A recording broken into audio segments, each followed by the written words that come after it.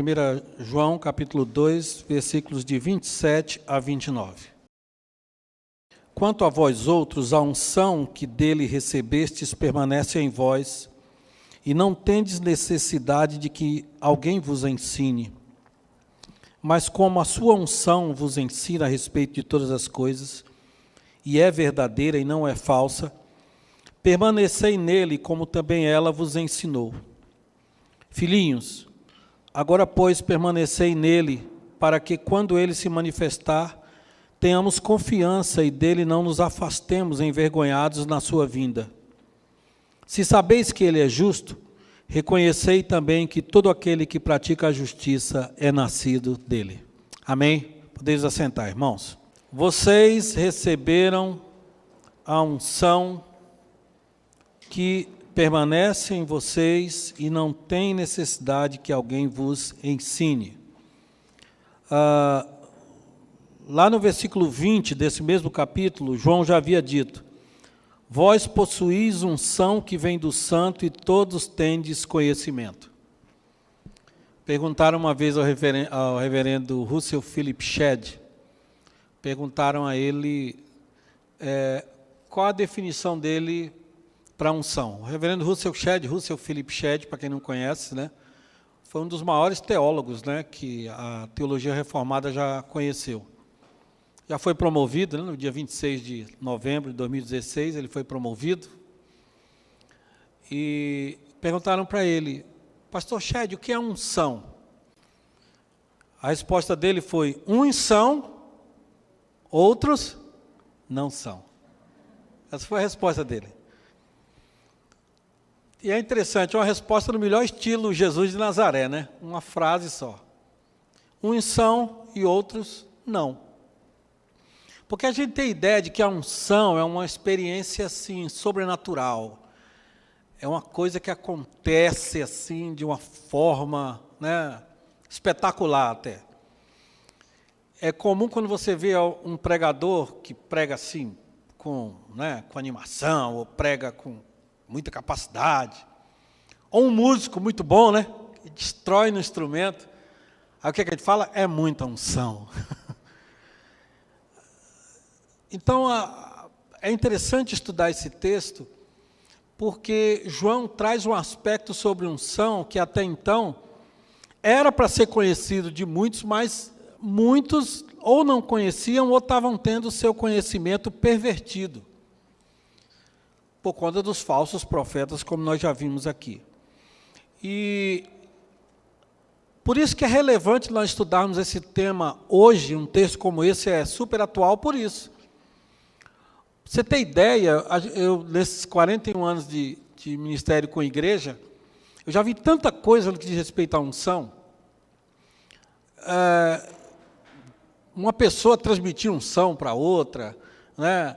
Ter um culto da unção, que todo mundo vai ter que receber uma unção. Fila para receber a unção, né? O pastor que libera a unção. Então, há um entendimento muito complicado. João, ele fala especificamente, ele traz esse conhecimento, porque essa ideia de ungir, irmãos, ela era muito conhecida.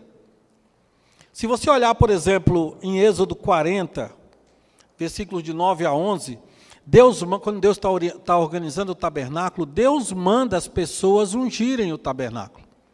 E os utensílios do tabernáculo, ele diz: tomarás o óleo da unção, ou seja, havia um óleo específico, e ungirás o tabernáculo, e todos os seus utensílios, e consagrarás o altar.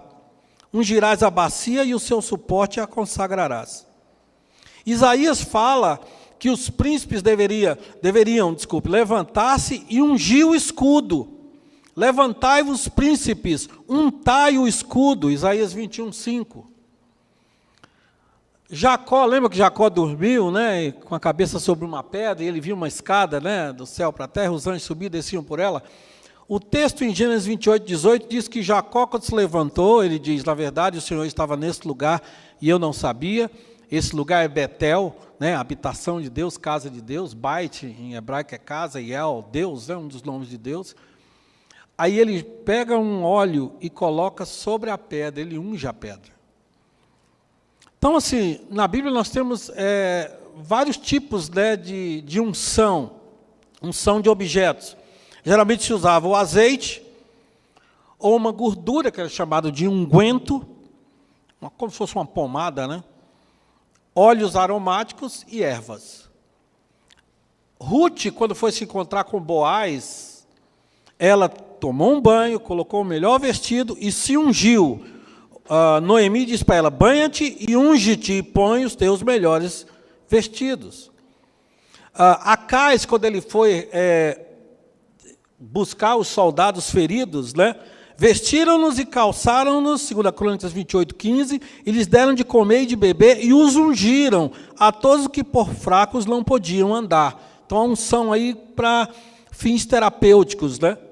Aliás, Deus, quando reclama de Israel, da falta de fé de Israel, ou da hipocrisia litúrgica de Israel, ele diz que o povo de Israel, desde a planta do pé até a cabeça, não há nele coisa sã, falando através de Isaías, capítulo 1, versículo 6. Senão feridas, contusões e chagas inflamadas, umas e outras não espremidas, nem atadas, nem amolecidas com óleo. Jesus, no seu ministério na Galileia, Marcos narrando, ele diz, olha irmãos, expeliam muitos demônios e curavam numerosos enfermos, ungindo-os com óleo. E o texto mais conhecido, né, um texto muito conhecido, está alguém entre vós doente, diz Tiago, né, capítulo 5, versículo 14, chame os presbíteros da igreja e estes façam oração sobre ele, ungindo-o com óleo em nome do Senhor. Então, a unção com vários objetivos, para fins sociais. Eclesiastes diz, jamais falte roupa limpa e nem óleo sobre a tua cabeça. Davi, quando foi ao templo, ele se lavou e se ungiu, mudou de vestes. De certa forma, muitas vezes a unção substituiu o banho, né? Daniel, quando estava em jejum, ele disse, olha, eu fiquei 3 semanas e não me ungi com óleo algum, até que se passaram as 3 semanas inteiras. E os reis de Israel, que eram todos ungidos. Geralmente se ungia a cabeça, né? Salmo 23, né? Unge a minha cabeça com óleo, né? Os pés, a mulher que ungia os pés de Jesus, né? Enxugou com os seus cabelos. Os olhos, Jesus, quando fala à igreja de Laodiceia, em Apocalipse, né? Compra colírio para ungires os teus olhos, a fim que não seja manifesta a tua vergonha, a vergonha da tua nudez. O Salmo 104 diz que Deus criou o vinho que alegra o coração, o azeite que dá brilho ao rosto e o alimento que sustém forças. Então, o rosto também era ungido. O óleo que desce sobre a barba, né? A barba de Arão. Então, nós encontramos na Bíblia fins cotidianos. Nós vimos fins terapêuticos, né, os ungüentos, os remédios, e nós temos o fim religioso, que era de consagração. E aí nós chegamos ao nosso texto, ao texto que nós lemos aqui, 1 João 2, de 27 a 29. Qual é o contexto imediato desse texto? Se você olhar aí na sua Bíblia, por favor, no versículo 18, João vai dizer, filhinhos, já é a última hora. O que é que ele quer dizer com isso? Jesus Cristo está perto de voltar. Jesus, em Mateus 24, ele já diz, olha, é o princípio do fim, a história do mundo está perto. Eles já diziam naquela época. Paulo fala usa a palavra eschatos, os tempos, os últimos tempos. Então, uma coisa ele diz para a igreja, Jesus Cristo, como diz o meu amigo Marcelo Gualberto, né? Jesus Cristo não virá, não, ele já saiu. Sabe quando você liga para alguém, fulano já saiu. Então, nós estamos vivendo os últimos tempos. Ora, se João estava, se Paulo estava, se Jesus estava, que dizer de nós? E um outro versículo que é muito importante para que entendamos o que está por trás do que João está falando, o versículo 26 do capítulo 2, veja aí na sua Bíblia. Ele diz, isto que vos acabo de escrever sobre os falsos profetas, os anticristos, é acerca dos que vos procuram enganar. Esse é o contexto. O que estava acontecendo na igreja, irmãos? A igreja não tinha templo, ela se reunia nas casas ou nas sinagogas quando não havia o número mínimo de homens, né, tinha que ter 10 homens para poder a sinagoga funcionar. Paulo, quando viu uma sinagoga vazia, já fazia uma reunião, um grupo familiar lá. Só que havia naquela época, como nós estamos repetindo aqui para contextualizar sempre, o pensamento greco-romano, a influência do pensamento de Platão e a influência dos políticos romanos, da intelectualidade romana. O que esse povo cria? Eles criam que o homem ele é parte divino e parte mundano. Platão, por exemplo, ele foi que criou, praticamente popularizou a palavra demiurgo, é aquele meio Deus, meio homem. Há um pouco de homem em Deus e há um pouco de Deus no homem. É interessante que, ao mesmo tempo que o conhecimento para eles libertaria, né, faria com que você se tornasse uma pessoa melhor, mas, ao mesmo tempo, eles eram altamente supersticiosos. Então, ao mesmo tempo que eles criam no conhecimento filosófico, eles criam também nos rituais. Quando a igreja evangélica, a igreja cristã, melhor dizendo, começa a pregar o evangelho de Jesus Cristo, Filho de Deus, homem, os falsos profetas começam a visitar as pessoas e dizem assim, Jesus não é esse não. Jesus, na verdade, ele era meio Deus, meio homem, ele era alguém que atingiu essa maturidade espiritual através do conhecimento. E isso existe até hoje. A própria Cabala, por exemplo, que é do século XII para cá, mas já os fariseus já eram muito seduzidos por esses ensinos. Os saduceus, por exemplo, né, eram muito levados. Os essênios eram muito ligados a essas coisas.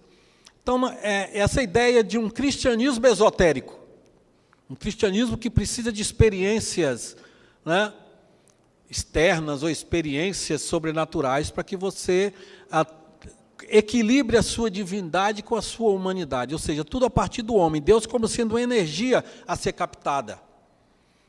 Isso estava entrando na igreja, por incrível que pareça, irmãos. Por isso que os apóstolos, como pastores, né, que defendem o rebanho, dizem assim, opa, Jesus não é assim, não é desse jeito. Por isso que ele diz no versículo 27, veja aí na sua Bíblia, quanto a vós outros, a unção que dele recebestes permanece em vós e não tendes necessidade que alguém vos ensine. Ele não está dizendo que o crente não sabe tudo espiritualmente. Ele está dizendo que, no que diz respeito à ação de Cristo no seu coração, a ação do Espírito no seu coração, você não precisa aprender mais nada. Paulo chama de religiões de mistério. Paulo fala aos Gálatas, chama de rudimentos da fé. Ele está falando, não é que você não precisa aprender da Escritura, da Palavra de Deus, nós estamos aqui para aprender. Temos a nossa escola bíblica. O que ele está dizendo, irmãos, é que aquilo que eu recebi em Jesus permanece em mim, e eu não preciso fazer o caminho todo de novo. Jesus não precisa morrer de novo, ele já morreu na cruz e já disse, está pago. Então, João quer que a igreja não se esqueça, não se deixe enganar por esses ensinos. Jesus já havia dito lá em João 6, 45, e serão todos ensinados por Deus, por todo aquele que da parte do Pai tem ouvido e aprendido, esse vem a mim. Ele está falando de salvação aí. Aquele que vem a mim é alguém que aprendeu, que é pecador, que precisa de Deus, precisa da restauração, que entende o sacrifício de Jesus, que entende a importância de Jesus na sua vida. Essa é a unção que vocês precisam. Aí ele continua dizendo, mas como a sua unção vos ensina, versículo 27, a respeito de todas as coisas, e é verdadeira e não é falsa. Lembre-se que no versículo 22, só voltar um pouquinho aí, ó, quem é mentiroso? Senão aquele que nega que Jesus é o Cristo. Este é o anticristo, o que nega o Pai e o Filho. Versículo 23, todo aquele que nega o Filho, esse não tem o Pai. Aquele que confessa o Filho tem igualmente o Pai. A verdade é essa. A falsidade é você buscar outros subterfúgios para que você consiga a sua própria salvação. Aí ele vai dizer, permanecei nele, e é engraçado que ele fala, interessante ele fala, permanecei nele, permanecei nela. Nele, em Jesus, nela, a unção. O que é a unção? Cristo em vós, a esperança da glória. O que é a unção? O Espírito Santo. Como nós cantamos aqui, o Espírito Santo derrama a unção para sermos de fato cristãos. É o Espírito Santo que nos convence do pecado, da justiça e do juízo. É o Espírito Santo que lava e nos regenera, como diz Tito 1, Tito 2, de 3 a 6. O lavar regenerador do Espírito Santo. Aí ele continua falando aqui, versículo 28, acompanha aí, por favor. Filhinhos, meus filhos, permanecei nele. Olha como ele continua falando a questão de permanecer, não se desviar. Paulo diz a Timóteo que os falsos profetas, eles iam nas casas, e eles começavam a conversar com as donas de casa. E começar, porque eles não queriam perder aquele status, né? A intelectualidade greco-romana comprou esse discurso esotérico. Basta olhar para os artistas de Hollywood, né? O tanto que eles, né, têm esse verdadeiro fascínio pelas coisas sobrenaturais. Paulo diz, olha, fujam deles, não vão na conversa desse povo. Aí ele continua dizendo, permaneçam nele, versículo 28, para que quando ele se manifestar, tenhamos confiança e dele não nos afastemos envergonhados na sua vinda. Aí ele usa a palavra parousia, quando Jesus Cristo aparecer. Uma coisa interessante aqui, irmãos, o Evangelho, ele sempre dá um spoiler do fim, sempre. Quando o homem pecou, o que é que Deus diz? A serpente vai ser pisada pelo filho da mulher, e ela lhe ferirá o calcanhar. Já estava apontando para aquele que iria pisar a cabeça da serpente. Sempre é assim. Quando Deus chama Abraão, ele fala, em ti serão benditas todas as famílias da terra. Aí Hebreus vai dizer que, e Paulo também aos Romanos, que naquela época Deus já estava antevendo o que Jesus faria. Olha que maravilha. Então o Evangelho sempre está olhando, conclamando eu e você a olharmos para o fim. Sabe qual é a primeira mensagem de Jesus em Marcos 1, 14 e 15? Ele diz, o fim está próximo, arrependei-vos e crede no Evangelho. Ou seja, o Evangelho é sempre um spoiler do que está por vir. Por isso que ele diz, para que dele não nos afastemos envergonhados na sua vinda. Está dizendo, a unção que vocês receberam é para que vocês vejam além. Nós nos movimentamos por fé e não por vista. É para nós entendermos que a nossa pátria está nos céus, de onde aguardamos a volta do nosso Salvador. A unção é essa visão que o Espírito Santo nos dá do propósito da minha vida, desde o meu nascimento, passando pela minha morte até a ressurreição em Cristo Jesus. Em Cristo nós podemos ter essa visão ampliada. E aí no versículo 29 ele diz, se sabeis que ele é justo, reconhecei também que todo aquele que pratica a justiça é nascido dele. Ele coloca agora o princípio da justiça. Não a justiça dos meus atos rituais, não a justiça dos meus atos litúrgicos, não a justiça dos meus processos cultuais, não a justiça do meu conhecimento filosófico, que estava muito em voga nessa época, mas a justiça de Jesus. Justificados, pois, mediante a fé, temos paz com Deus, por meio de Cristo Jesus, que é o mediador. É isso que ele está querendo dizer. É nascido dele, é nascido de cima, é o novo nascimento em Cristo Jesus. Olha como João pega um princípio de unção, que era muito conhecido naquela época, não só da religião cristã, mas de todas as religiões, e ele de certa forma, mostra a essência do que é ungir na Bíblia. Ele mostra que, na verdade, tudo isso, e a gente sabe disso, todas as coisas do Antigo Testamento apontavam para Cristo. Tabernáculo, templo, arca, tudo isso apontava para Jesus Cristo. Então, Ele é que realmente é a unção. Ele é realmente quem trouxe o Espírito Santo. Ele vai para que o Espírito Santo venha habitar em nós. Essa é a unção que vem do Santo. Disso você não precisa que ninguém mais te ensine. Isso aí o próprio Espírito Santo te ensina. O próprio Espírito Santo vai entrar no seu coração e vai mostrar para você, como mostrou para mim. Ele é que vai fazer essa lavagem, essa regeneração. Ele é que convence o mundo do pecado, da justiça e do juízo. Por isso que eu falei no momento dos cânticos, que nós entramos para adorar a Deus, mas cada um tem a sua história, tem o seu sentimento. E é possível que até alguém esteja completamente desinteressado no que está acontecendo aqui. Mas é aí que entra o Espírito Santo de Deus, que convence o homem do pecado, da justiça e do juízo.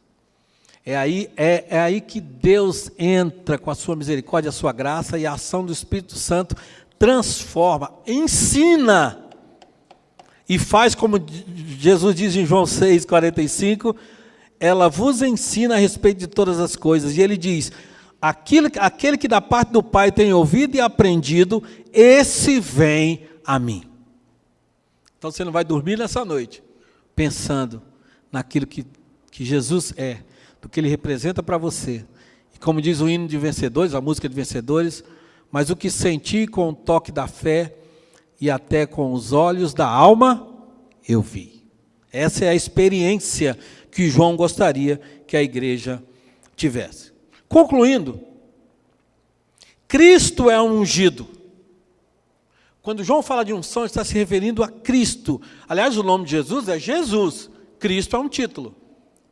Cristo quer dizer ungido. Ele é Jesus Cristo, Jesus Emanuel. Ele é Jesus Messias, Jesus Salvador. Vocês sabiam que muitos gnósticos, eles davam mais moral para João Batista do que para Jesus? Vocês sabiam que existem religiões gnósticas hoje que dão mais moral para João Batista do que para Jesus? Era esse tipo de ensinamento que João estava querendo combater e fazendo com que a igreja, nós, nos lembremos sempre daquilo que Jesus conquistou na cruz por nós, em amor de nós. Então ele é ungido. Por isso que Pedro, pregando em Jope, ele diz, como Deus ungiu a Jesus de Nazaré com o Espírito Santo e com poder, o qual andou por toda parte, fazendo o bem e curando a todos os oprimidos do diabo, porque Deus era com ele. Deus agiu através de Jesus, a quem ele ungiu com o Espírito Santo. Quando João fala de unção, João também está falando do cristão regenerado. Paulo, em 1 Coríntios, capítulo 1, 21 e 22, olha o que ele diz, meus irmãos.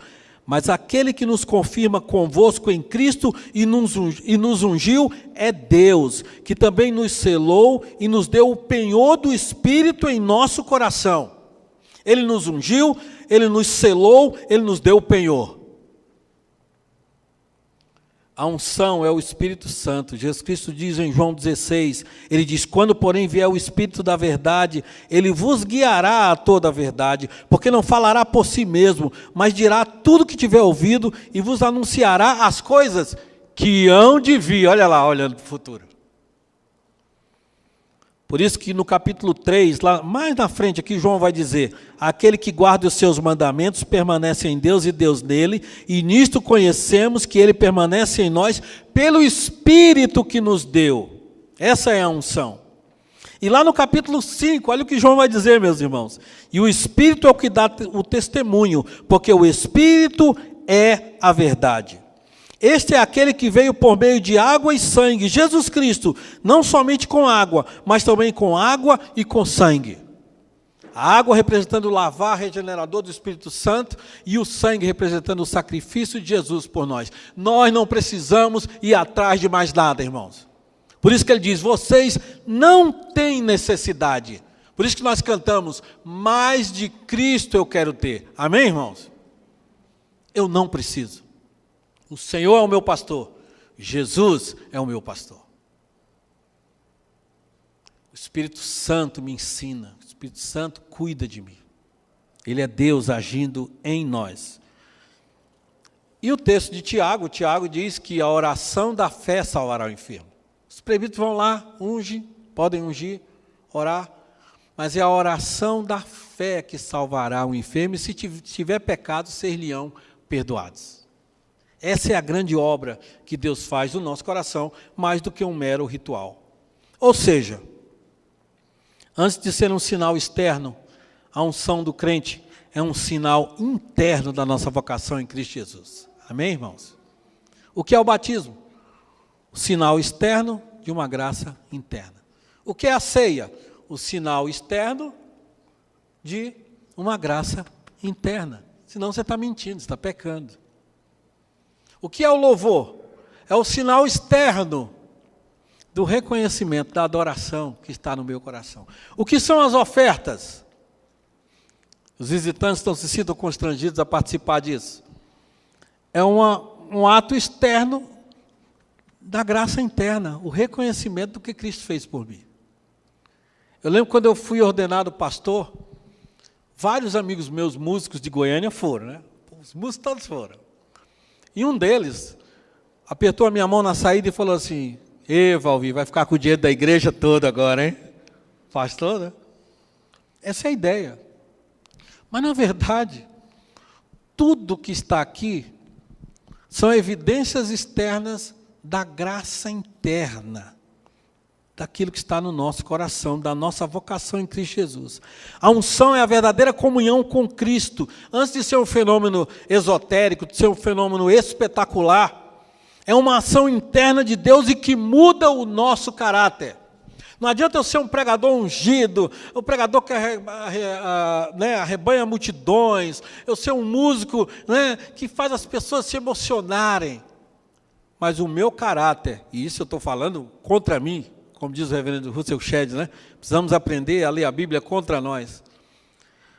Mas não adianta nada disso se eu não tiver caráter. Paulo vai dizer, se eu não tiver amor, eu posso dar até meu corpo para ser queimado.